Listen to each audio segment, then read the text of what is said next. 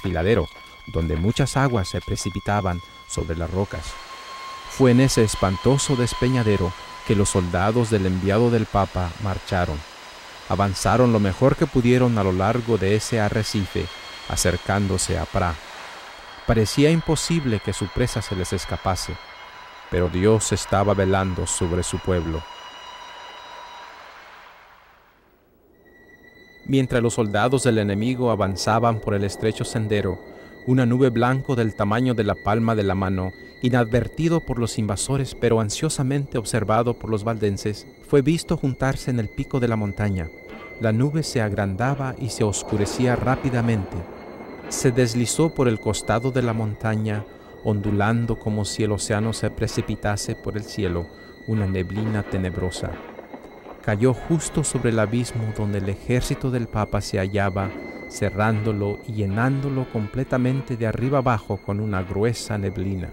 De pronto el ejército se hallaba como en noche, todos perplejos, estupefactos, y no podían ver ni adelante ni atrás, tampoco avanzar o retirarse. Se detuvieron todos aterrorizados. Los valdenses interpretaron esto como el acto de la providencia interponiéndose en favor de ellos.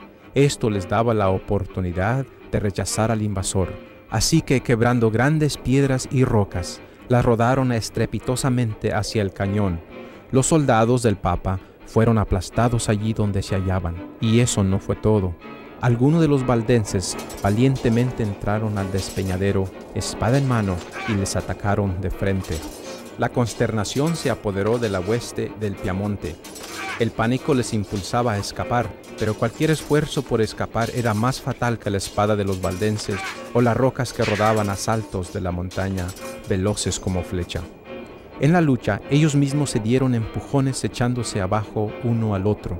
Algunos fueron pisoteados hasta morir, otros rodaron al precipicio estrellándose sobre las rocas, y aún otros se ahogaron en la torrente. Así pareció miserablemente el enemigo de Dios.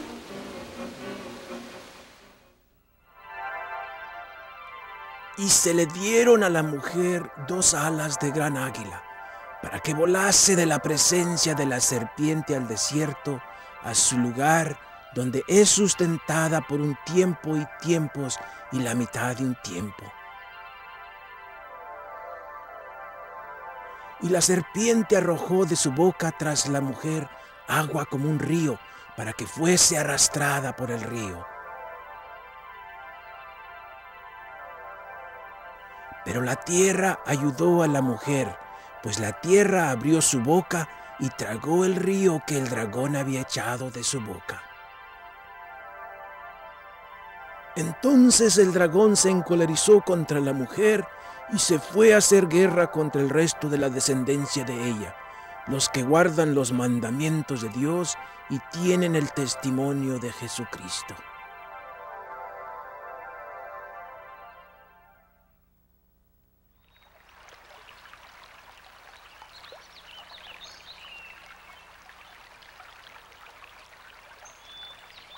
Se ha dicho que había 3 clases de misioneros que pervertían el sur de Europa durante la Edad Media: el trovador, el barbe y el mayor de los 3, la Biblia. El trovador debe haber creado una vista colorida al visitar los castillos medievales. El motivo principal era presentar las verdades de Dios como estaban escritas en su santa palabra. Apenas entraba el trovador por el portón del castillo con sus mercancías, la gente se reunía para oír cualquier noticia del mundo exterior y para oír al ministril cantar y tocar para entretenerles. Un ministril común cantaba canciones provincianas de amor de la época, pero los misioneros valdenses cantaban porciones de los salmos que enseñaban virtud y señalaban el odio como vicio. Mientras la gente oía, alguien era motivado para oír más al evangelista cantor. De esa manera, los ministriles valdenses enseñaban a la gente que Dios es el único objeto de adoración, la Biblia la única regla de fe y Cristo el único medio de salvación. Así, de castillo en castillo, los dedicados siervos de Cristo daban su testimonio y enseñaban las preciosas verdades de la palabra de Dios por medio del canto.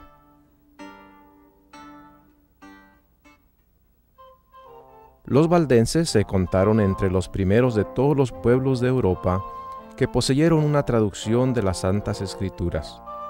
Centenares de años antes de la Reforma, tenían ya la Biblia manuscrita en su propio idioma.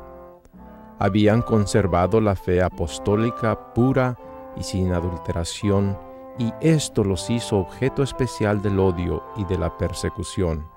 Declaraban que la Iglesia de Roma era la Babilonia apóstata del Apocalipsis, y con riesgo de perder sus vidas, se oponían a su influencia y principios corruptores.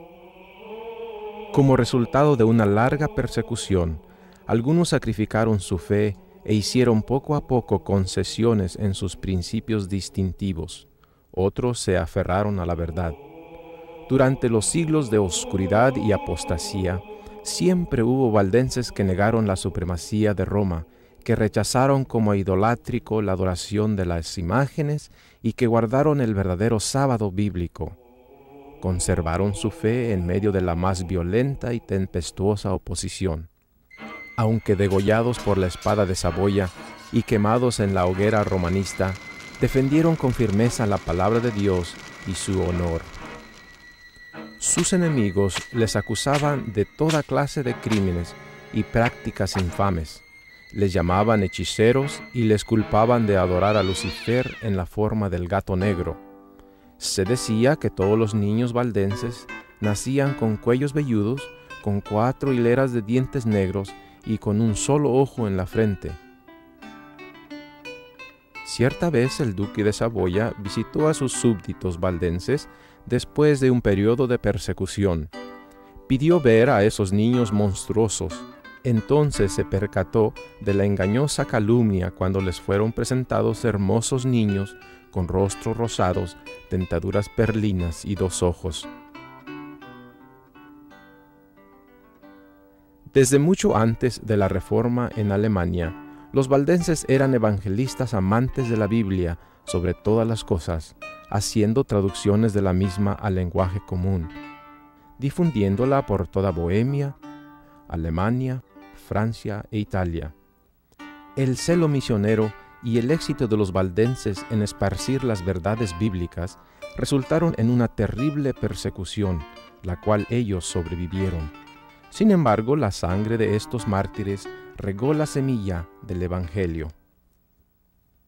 Desde su más tierna edad, los jóvenes valdenses recibían instrucciones en las Sagradas Escrituras y se les enseñaba a considerar sagrados los requerimientos de la ley de Dios.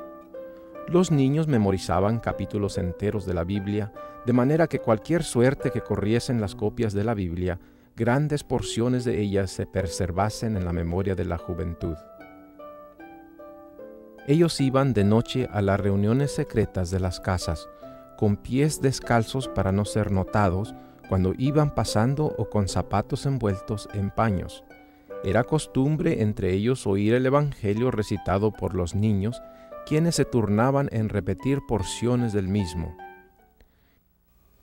Y se le dieron a la mujer 2 alas de la gran águila, para que volase de la presencia de la serpiente al desierto, a su lugar donde es sustentada por un tiempo y tiempos y la mitad de un tiempo. Entonces el dragón se encolerizó contra la mujer y se fue a hacer guerra contra el resto de la descendencia de ella, los que guardan los mandamientos de Dios y tienen el testimonio de Jesucristo. Cada barbe o pastor aprendía un oficio manual o profesión. Todos sabían cómo cultivar el campo y criar los ganados. Antes de la invención de la imprenta, ellos copiaban grandes porciones de las Escrituras para que sus estudiantes las usasen, a quienes también les enseñaban otros idiomas y les instruían en la piedad y las buenas obras. Todos debían memorizar los libros de Mateo y Juan, pero muchos de ellos memorizaban todo el Nuevo Testamento y bastante del Antiguo. Los atesoraban en sus mentes y corazones para compartir con aquellos con quienes se pusieran en contacto mientras iban en viajes misioneros para el Señor Jesucristo.